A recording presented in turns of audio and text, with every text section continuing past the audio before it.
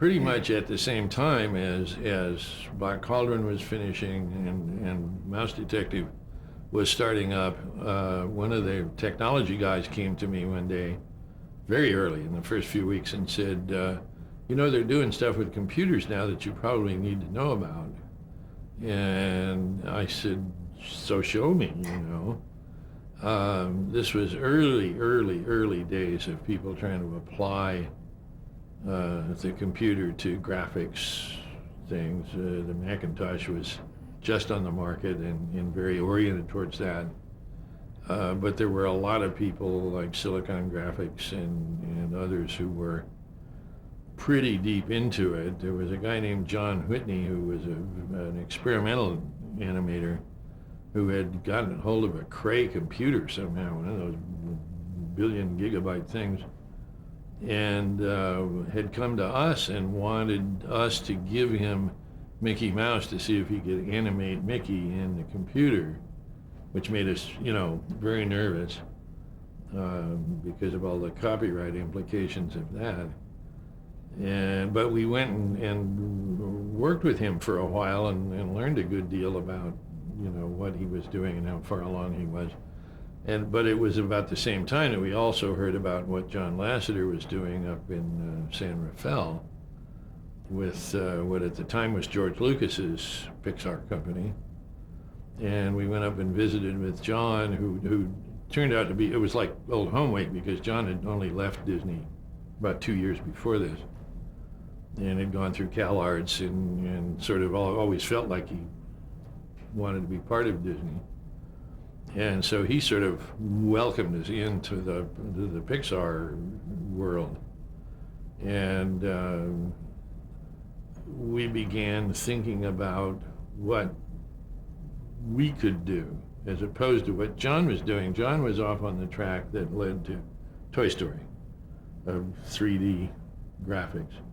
We were on a track that said, how can we improve the 2D cell animation side of the world?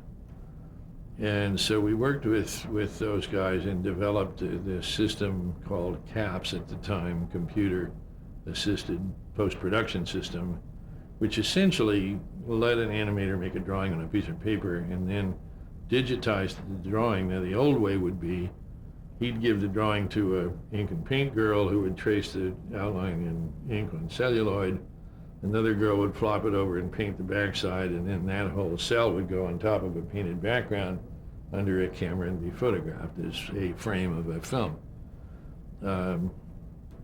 With CAPS, you could digitize the drawing, clean it up, ink it and paint it in the computer, and then digitally composite it with any number of other cells, any number of other backgrounds, and not only that, but change the relative size of it to fit the scene you were shooting, which freed the animator up to draw in this character in the size he felt comfortable drawing it, which was a whole new world. And I sold this to Frank Wells basically with the statement that we can fire the ink and paint department. Which actually more or less did happen, and thus we were going to make all these films a lot cheaper than we ever did before. Right. And at any rate, we made them better, and we made them. We did things that we could never have dreamt of in the days of cell animation, and.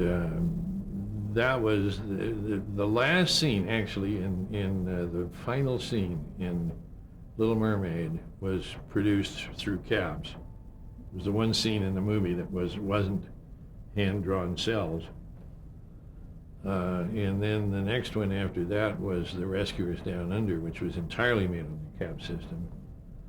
And we were just like off and running, and then it was just a question of constant discovery of what else you can do with this thing.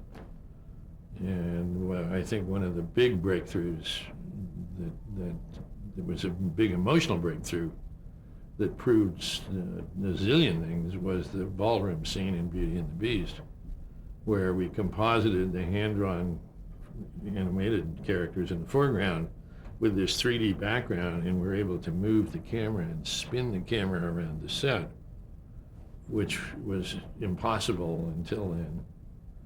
And right at that moment in the movie, and the emotional impact of that was really stunning, I think, and showed the world that really we were back in business. That was, of course, the movie that got nominated for an Academy Award for Best Picture.